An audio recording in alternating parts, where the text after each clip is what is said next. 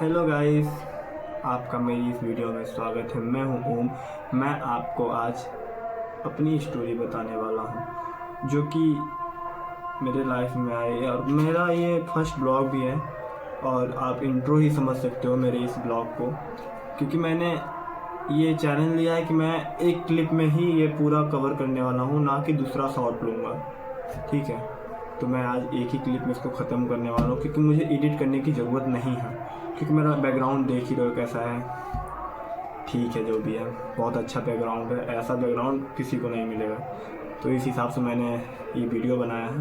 तो चलिए वीडियो शुरू करते हैं। पहले तो थैंक्स मेरे सभी सब्सक्राइबर को, जितने भी हैं उन सब्सक्राइबर को थैंक यू बहुत बहुत। आपने जितना भी प्यार दिया अभी तक वो बहुत है, और प्लीज़ ऐसे प्यार बढ़ाए रखें। तो आज से मैं प्रॉपर ब्लॉगिंग चालू करने वाला हूँ। तो आज मैं अपने लाइफ का इंट्रो देने वाला हूँ, अनटोल्ड स्टोरी करके, द अनटोल्ड स्टोरी। और बहुत कुछ था, उससे पहले भी मैंने यूट्यूब पे ही डाल दिया था कि मैं ये वीडियो डालने वाला हूँ। और मैं इसमें बहुत कोशिश की कि मैं इसको अच्छे से अच्छे एआई फॉर्म में बना दूँ, पीछे से एडिट कर दूँ, पीछे से बैकग्राउंड अच्छा कर दूँ, लेकिन नहीं हो पाया मुझसे, क्योंकि मैंने उस लेवल के भी मेरे अंदर स्किल नहीं है, मेरे पास वो टूल नहीं है जिससे मैं इसको क्लियर कर पाऊँ और जिससे इसको अच्छा बना पाऊँ। बहुत सारे इन्फ्लुएंसर हैं जो कि अच्छे से कंटेंट क्रिएटर हैं, जो कि अच्छे ब्लॉगिंग करते हैं, तो उनके पास ऐसे टूल आ चुके हैं और उनके पास ऐसे सिस्टम है, उनके पास ऐसा जो कि ये सब क्लीन कर देता है। तो चलिए वीडियो शुरू करते हैं, इन सबको अलग से बाहर फेंक के। तो वीडियो शुरू करते हैं। पहली बात, मैं हूँ ओम और मेरी छोटी सी फैमिली है, बहुत छोटी सी फैमिली है। मेरे घर बस 5-6 लोग ही, मतलब 7-8 लोगों का ही मेंबर पूरी फैमिली है, मतलब 5-6 लोगों का यूनिट है एक, जो कि बहुत छोटी फैमिली है।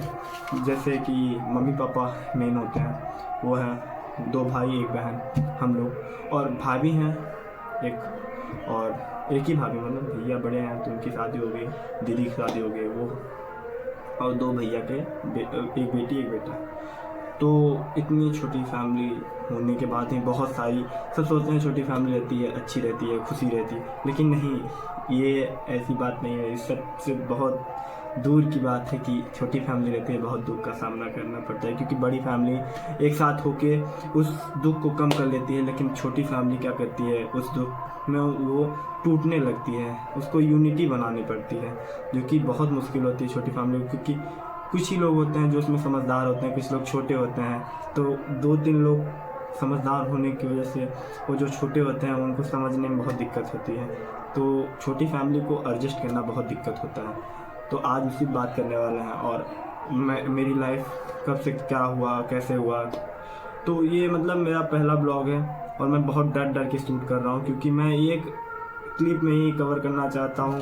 2-3 बार बोल दिया, मैं थोड़ा नर्वस भी हूँ कि मुझसे ये हो पाएगा कि नहीं, लेकिन अब मैं ये चैलेंज लेता हूँ कि मैं अब डेली ब्लॉग डालने वाला हूँ, किसी को भी कैसा लगे, लेकिन डालना है मुझे, बस खत्म। तो चलिए शुरू करते हैं।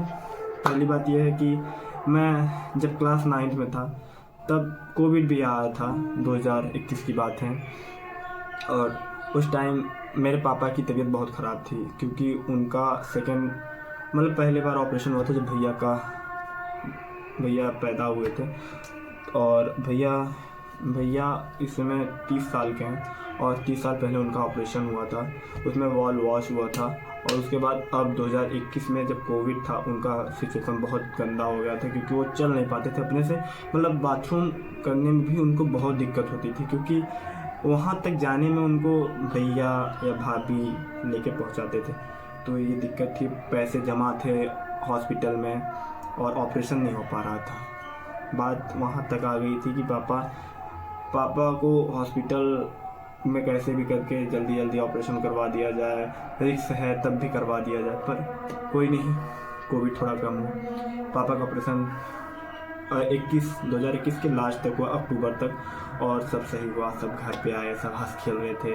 पूजा होने वाला था घर पे दिवाली के टाइम पे, और पूजा नहीं हो पाया, क्योंकि कुछ कारणों की वजह से पूजा नहीं हो पाया। और फिर उसके बाद सब गए, और 2 महीने बाद ही मम्मी मेरी बहुत ठीक थी, मम्मी पापा के ऑपरेशन में भी गई थी, वहाँ पे पूरा सिचुएशन देखी थी। मैं घर पे उस टाइम भी अकेला ही था, समझ लो पापा के ऑपरेशन से ही अकेला रह रहा हूँ। मैं 13 साल का था तब। अभी मैं ज़्यादा बड़ा नहीं हुआ हूँ, बस दाढ़ी मुछ आ गई, आपको लग रहा होगा सीनियर हो गया हूँ, बहुत बड़ा हूँ, लेकिन नहीं, अभी मैं ज़्यादा साल का नहीं हूँ। तो पापा का ऑपरेशन हुआ, पापा के ऑपरेशन से मैं थोड़ा बहुत, पापा का ऑपरेशन 1 महीने का टाइम था, 15 दिन का, तो मम्मी गई थी। और यहाँ पे हाँ भाभी कोई तो था, मुझे इतना याद नहीं है, लेकिन कोई तो था घर पे कि मुझे इतना ऐसा नहीं लगा कि मैं अकेला हूँ। फिर उसके बाद मम्मी का ऑपरेशन, मतलब मम्मी का ऑपरेशन क्या, मम्मी को सिम्टम आने लगे कैंसर के, और उनका टेस्ट हुआ तो उसमें निकला कि उनको कैंसर है। अभी उनसे मिलवाने वाला हुई हूँ आपको, अपनी इस मतलब ये ब्लॉग ही शूट कर रहा हूँ, उनसे अभी मिलवाऊँगा, वो देखोगे कैसी हैं। वो मुझे मारती भी हैं बहुत, और बहुत स्ट्रॉन्ग हो चुकी हैं, अपने आप को बहुत स्ट्रॉन्ग कर लिए हैं। और कैंसर जैसी बीमारी से लड़ के आना बहुत बड़ी बात है। उनका 2021 में पता चला कि मम्मी को कैंसर है, जनवरी में ऑपरेशन होता है, भैया लोग घर पे आते हैं, फिर बनारस में ऑपरेशन होता है। फिर उसके बाद बनारस के डॉक्टर ने कहा था कि ऑपरेशन होने के बाद उनको कुछ नहीं होगा, मतलब उनको कीमो वोमो नहीं करना पड़ेगा क्योंकि फर्स्ट स्टेज पे है। लेकिन उसके बाद उसने बोला कि अब कीमो करना पड़ेगा, 18-20 कीमो होगा, और यहाँ कीमो का रेट है 60,000, 50,000, 60,000 एक कीमो का। तो भैया ने बोला कि टाटा ले चलते हैं और वहीं पे करवाते हैं कीमो। और यहाँ पे मैं अकेला था, मेरा 10th का एग्ज़ाम आ गया था मार्च में, और मैं तो बोल ही दिया कि मम्मी हैं, चलो ठीक है भैया आप ले जाओ और दवाई करवाओ उनकी। फिर में मम्मी गई वहाँ पे मुंबई। मैं 15 दिन तक खूब रोया घर में, 8 रूमों का इतना बड़ा घर, और मैं इतना रोया हूँ क्या ही बताऊँ कि कुछ बोल नहीं पाता था। मैं अपनी मम्मी से खुद नहीं बोल पाता था कि मैं कितना रोया हूँ, अपनी दीदी से नहीं बोल पाता था, रोता था, आवाज़ से समझ आ जाता था घर वालों के कि अभी वो सही नहीं है। तभी बार बार फ़ोन करते थे सब लोग। और उस सिचुएशन में ऐसा हुआ था कि मुझे कोई खाना देने वाला तक नहीं था, मुझसे खाना नहीं बन पाता था, और खाना बनता भी था तो दाल चावल जल जाते थे। उस टाइम बोर्ड का पेपर भी था, और लाई वही मार्केट से लाता था, लाई होता है, लाई और नमकीन मिला के भेल बना के खा लेता था, और खा के जाता था पेपर देने। सुबह 7 बजे की शिफ्ट थी, 7 से 9, तो पेपर दे के आता था, फिर पढ़ता था, फिर सो जाता था कुछ टाइम, फिर शाम को वही लाई नमकीन खा के फिर सो जाना। तो भाई ऐसे जीवन काटा है मैंने, घर वालों को भी नहीं बताया है कि मैं लाई नमकीन खा के 2-3 महीने गुजारे हैं। और फिर उसके बाद मैंने दाल चावल बनाना स्टार्ट किया, जब अगल बगल वालों ने मुझे कहा कि भाई तुम अपने बनाओ थोड़ा बहुत, और अगल बगल वालों ने बहुत कुछ किया मेरे साथ, मैंने हंस के टाल दिया, थोड़ा बहुत किसी को बोला हूँ, और बस सॉरी उनसे भी, क्योंकि मैंने उस नज़रिए से नहीं बोला था, मैं बहुत छोटा था और मैं वो समझ नहीं पाता था, क्योंकि बोलना नहीं चाहिए किसी को, जो हो रहा है अच्छा हो रहा है। कुछ तो अच्छा सीखा मैंने कि मुझे कोई खाना नहीं दिया तो मैं खाना बनाना सीख गया, ऐसे मुझे कुछ कोई नहीं देगा तो मैं करना सीख जाऊंगा। ये नहीं होगा कि मुझे वो दे रहा है, मुझे नीड है, तब तक मैं उसी की नीड पे चलता फिरता रहूँगा, मुझे नहीं चाहिए, मैं अपने से करूँगा, ये सोच रहनी चाहिए।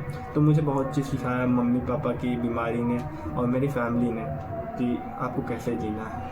मुझे बहुत बचपन से सिखा दिया कि अकेले रहना कैसे है। मैंने रोया कुछ भी किया, लेकिन रहा अकेले। तो ये बहुत बड़ी बात होती है 13 साल के लड़कों को इस इतने बड़े रूम में रहना, इतना हैंडल करना और कैसे कैसे करना। फिर मम्मी ठीक होके आती हैं, फिर हंसी खुशी आती है। अब ऐसे ही हंसी खुशी चलती रहे, आप लोग सब्सक्राइब करते रहें। और बस इतनी सी कहानी थी, मैं बहुत ज़्यादा बड़ा एक्सप्लेन नहीं कर पाऊँगा, लेकिन ये बता दूँ कैंसर जैसी बीमारी से मेरी मम्मी लड़के आई हैं, उनको दिखा, और वो गुस्सा जब होती हैं तो डंडे से मारती हैं। बहुत सारे डंडे हैं मेरे घर में, उसी से मारती हैं, क्योंकि मैं उसी से मैच खेलने जाता हूँ और उसी डंडे से मेरी मम्मी मुझसे मैच खेलती हैं। तो गलती करने में मैं मार भी खाता हूँ बहुत सारा।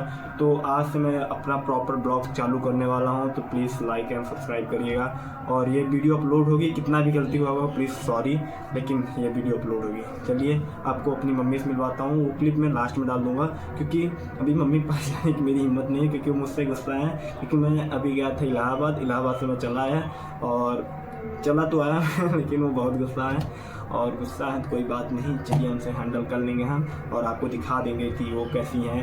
कैंसर के बाद भी वो हंसती खेलती अच्छी लगती हैं। तो ये मुझे भी चाहिए, आपको भी चाहिए कि आप कितनी बड़ी मुसीबत से क्यों ना जूझते हो, लेकिन हंसते खेलते रहिए। आपकी स्माइल ही आपको वो मोटिवेशन दे सकती हैं कि आप उस स्थिति से निकल सकते हैं, उस स्थिति से लड़ सकते हैं। तो चलिए वीडियो को एंड करते हैं, और ये वीडियो ज़रूर अपलोड होगी। मेरी अनटोल्ड स्टोरी बहुत बड़ी है यार, वो समझ नहीं पाओगे। हर ही एक ब्लॉग में मैं वो अनटोल्ड स्टोरी थोड़ी थोड़ी इंक्लूड करके डालता रहूँगा। तो चलिए, थैंक यू आप सभी।